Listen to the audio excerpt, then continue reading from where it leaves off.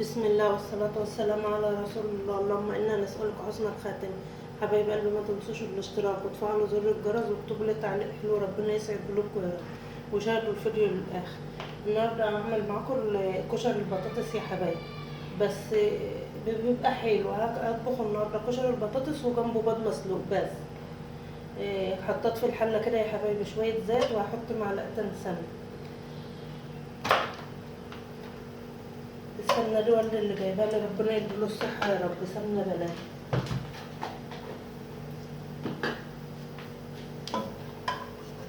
ما نكترش يا حبايبي، لأن الزيت والسمنة بصراحة غالية. ربنا يديله الصحة يا رب، والدي اللي جايبها لي.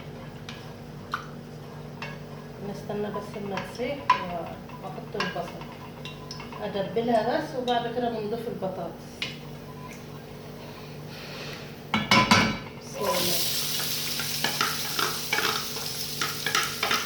البصلة ده انا مقشراه ومخرطاه يا حبايبي، نحط عليها شوية ملح عشان تدبل بسرعة.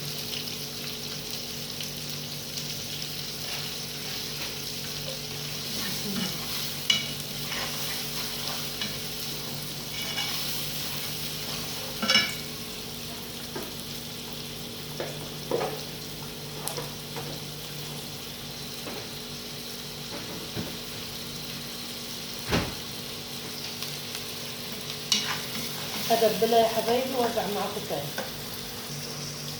كده دبلت يا حبايبي، هنضيف عليها بقى البطاطس. البطاطس ده انا مقشراه وغسلاها ومخرطاه مكعبات زي ما انتوا شايفينها كده، لا هي كبيرة ولا هي صغيرة.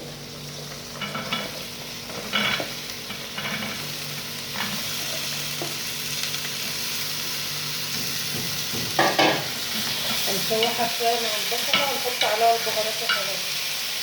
بس شوية شطة عندي هحطهم برضه. هتقولوا لي حاطة شطة ليه النهاردة؟ أقول لكم لأن الخامات اللي مش موجودة معانا النهاردة، فالعيال قالوا لي اعمليها، يعني ولادي قالوا لي اعمليها حرة شوية.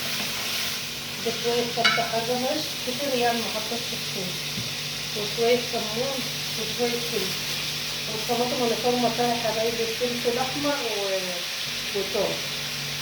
بس يبقى كده حطينا كمون وفلفل وشطة، ونحط الملح. هتقولوا لي الملح كتير؟ لا مش كتير يا حبايبي، هو اللي ناعم يبقى له كتير، بس مش كتير. هنشوحها بقى شوية بالبهارات، وبعد كده هنضيف عليها الطماطم. ولو في خضرة يا حبايبي حطوا الخضرة بتخليها تحفة، بس أنا بصراحة ملقاش. زي ما قلت لكم الطماطم أنا فارمة فيها توم وفلفل أحمر اللي هو الباقي. كده شوحتها يا حبايبي، هنشوحها بس دقيقة كمان.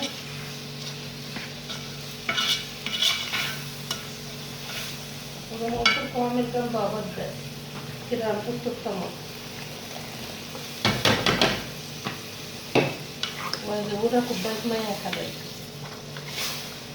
والرز اهو يا حبايبي انا غسلاه، هزودها بقى شوية مية واحط عليها اما تقلب، وبعدين احط الرز هرجع معاكم تاني.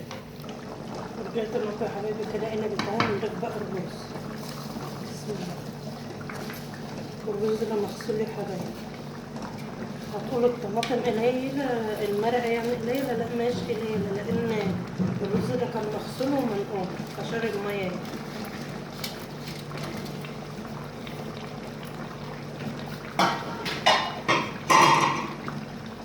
هنقلبه بقى في البطاطس ونسيبه يشرب بقى المية اللي فيه الطماطم، وبعد كده بنهدي عليه، وكده أحلى كشري بطاطس.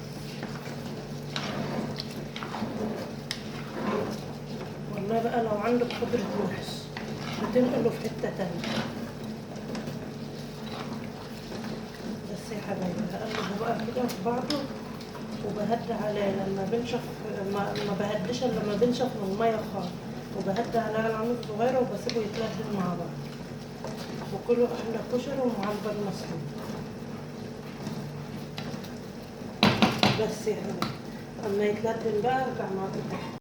جيت معاكم يا حبايبي كده الكشري البطاطس اتلهن اهو. جربوه بالطريقه دي تحفه يا حبايبي. وعملت جنبه زي ما قلت لكم بيض مسلوق، وليمون مخلل. الليمون ده انا مخللاه يا حبايبي. هتقولوا الاخضر لان عندي حله حماتي نحاس فبسلق فيها الليمون، فهو كان ليمون اصفر على اخضر، الخضره بتفضل زي ما هي. لو عندكم حله نحاس وعايزين الليمون يفضل اخضر اسلقوه فيه. ده عشان النهارده يا حبايبي فضل ونعمه من عند الله. ما تنسوش الاشتراك وتفعلوا زر الجرس واكتبوا لي تعليق حلو. ربنا يسعد قلوبكم يا رب، وشاهدوا الفيديو للاخر. والسلام عليكم ورحمه الله وبركاته.